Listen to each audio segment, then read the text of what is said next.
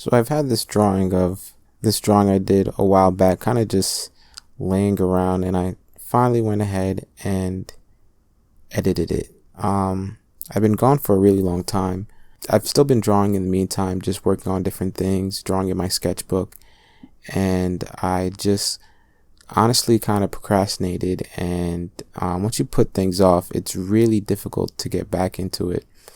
But what I wanted to do was to be consistent with my drawing. So even though I wasn't uploading, I have been pretty consistent, and I have grown a bit when it comes to drawing, especially drawing stuff from my head.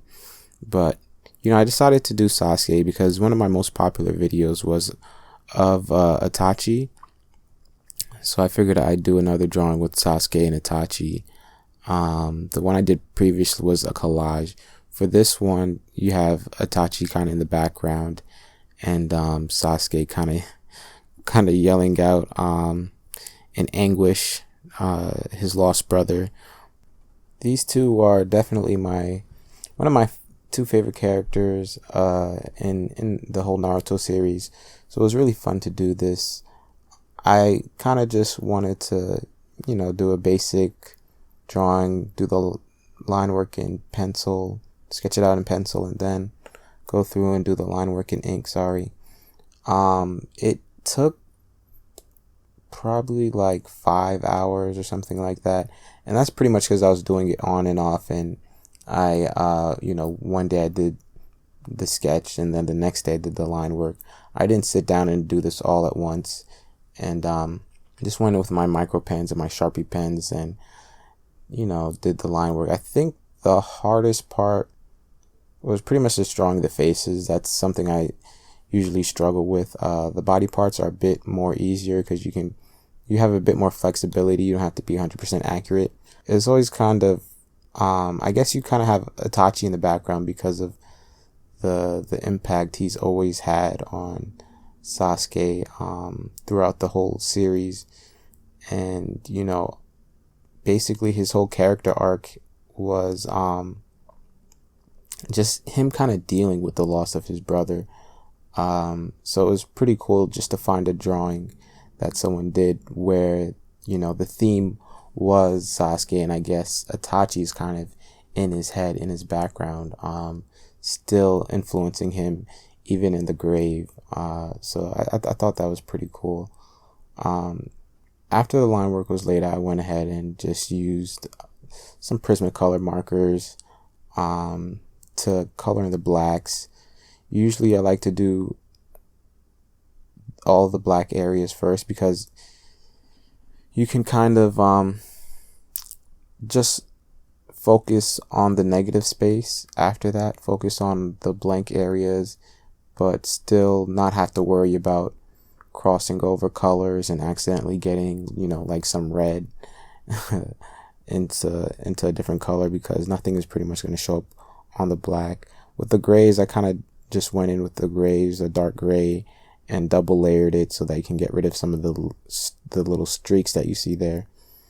So but yeah, I've been gone a pretty long time, and while I was gone, I was pretty much just kind of thinking of what would be just entertaining to do, what would be some changes I would make. And honestly, that's really what's kind of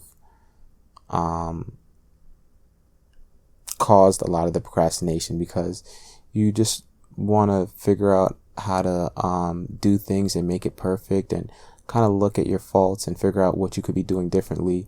And then you get kind of really wrapped up in it, and when you want to have something perfect, you end up just delaying it. So even if this video wasn't going to be what I consider the best video, I still kind of just wanted to play around with a few things and at least try. Here for the skin tones, I use my Ohuhu markers, some pretty cheap alcohol-based markers. They're really good.